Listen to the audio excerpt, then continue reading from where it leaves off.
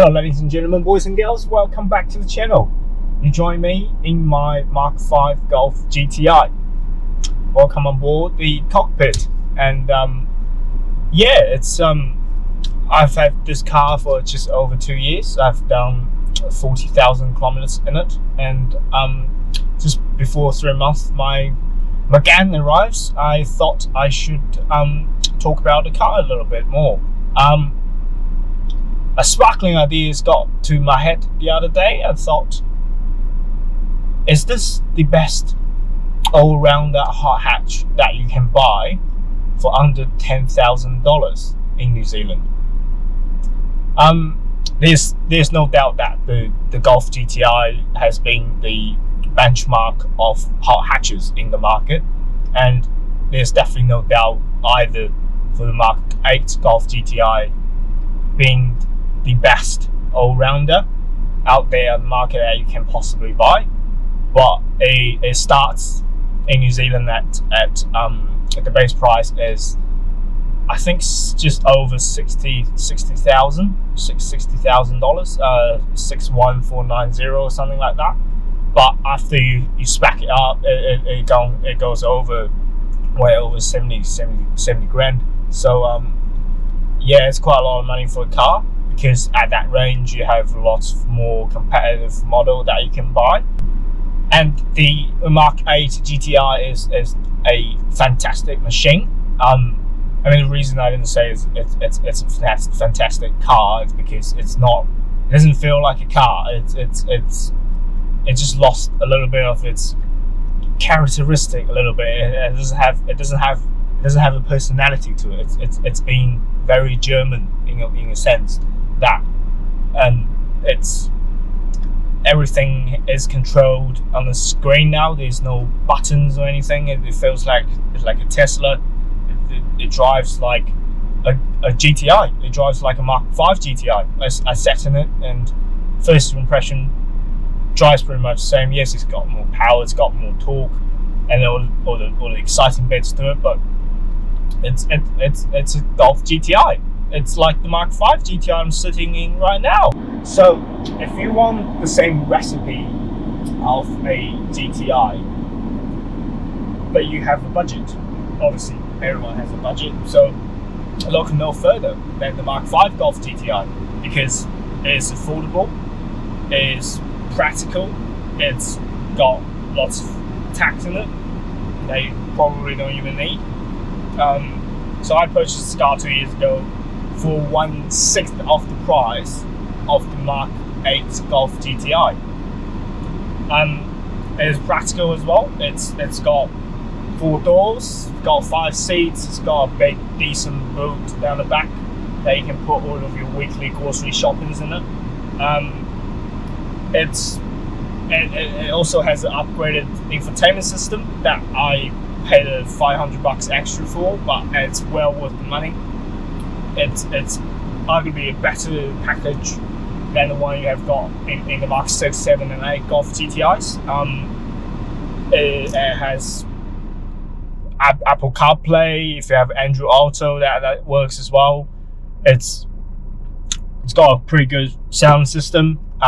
If you drive along, cruising around on a daily drive, if you use it as a daily, perfect little run around car. It's got just enough power and torque. I think it's got a 2.0 litre turbocharged engine, just produce 147 kilowatts. That's, I think, roughly 200 horsepower, 280 newton meters of torque, which is plenty for the road. And ride quality is pretty decent considering how much power and torque is outputting, which is not that much, by the way, because what I'm stepping into in 3 months' time, it's not comparable, obviously, in that sense. But yeah, you got more than enough that you need for a daily drive, or just take it out for a little bit of a horn. But yeah, it's currently wearing the Michelin Primacy 4 tires.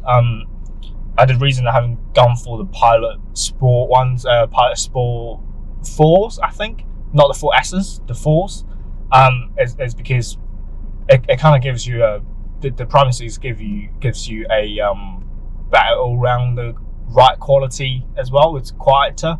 It's got plenty of trim in it still. I don't really drive my car that hard out because it's your own car. I don't even want to ruin your own car and all that second-hand value that's attached to it.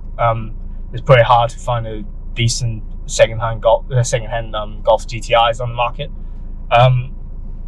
Yeah, and the chassis of the car is probably a masterpiece compared to what they currently have, the Mark IV, which a lot of people say is a bit of a down point for Volkswagen. But I never driven it. What I can tell you is that this chassis in this particular car, it's outstanding.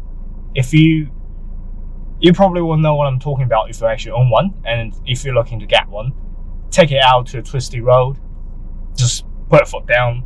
You don't even need to shift into sports gear. It's got a sports gear, but you can just downshift and upshift with using those pedal shifters mounted on the steering wheel. Yeah, it goes around the corner like it just floats about. It doesn't have the electronic differential like the Mark 7 Performance has, and it comes as standard now on the Mark 8 GTIs, but obviously the price range is still up there, and from where I'm sitting driving around corners around similar speed, couldn't really tell the difference. I guess it gives you a little bit of more dragging to the corner, but again, if you're on a budget, this is the car for you. I mean, if you have the money, obviously go buy the Golf 8 GTI, because it's Volkswagen that makes no mistake, because it's competitive around that range on the market at the moment. So of course it's a good car, but if you have 65 grand to sit around with, yeah, buy that better Mark 8 GTI, or you can have the Megane, which is definitely a step up, and that's where I'm stepping into in 3 months time. So yeah, it's all up to you. It depends on what you want, depends on what car offers you, and where I'm sitting, this car offers you plenty already, and you don't really need a Mark 8 GTI. Plus, I think it doesn't look that great from the exterior point of view, the new car. That's just my personal opinion. It's got a DSG gearbox here. I think it's the first one VW has ever fitted into the GTI back in 2005. It's as I said, you can upshift and downshift with those pedals. I think Volkswagen claims it does 0 to 60 just under 7.2 seconds, which is not quick compared to what I've driven. Obviously, the Megane, the Honda i30N. It's nowhere as fast as those cars, but it is plenty in the real world. It definitely gets you quicker off the line at any set of traffic lights, faster than whatever is parked next to you. That's a fact.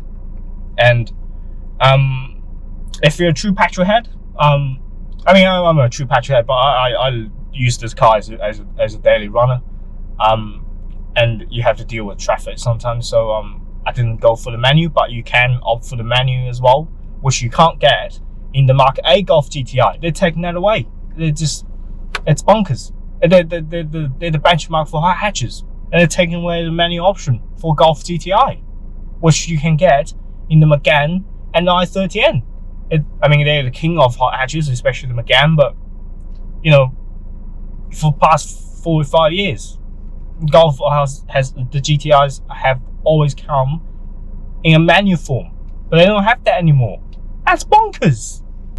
I mean, so overall, it is a perfect family hatchback that's slightly tuned up in its performance, and it makes no mistakes. It is the benchmark of all the hot hatchbacks, and I think it's a bit of a revolution back in 2005 when this first came out, and I think it still is. So yeah, if you ever looking into buying maybe a budget hatchback, look no further.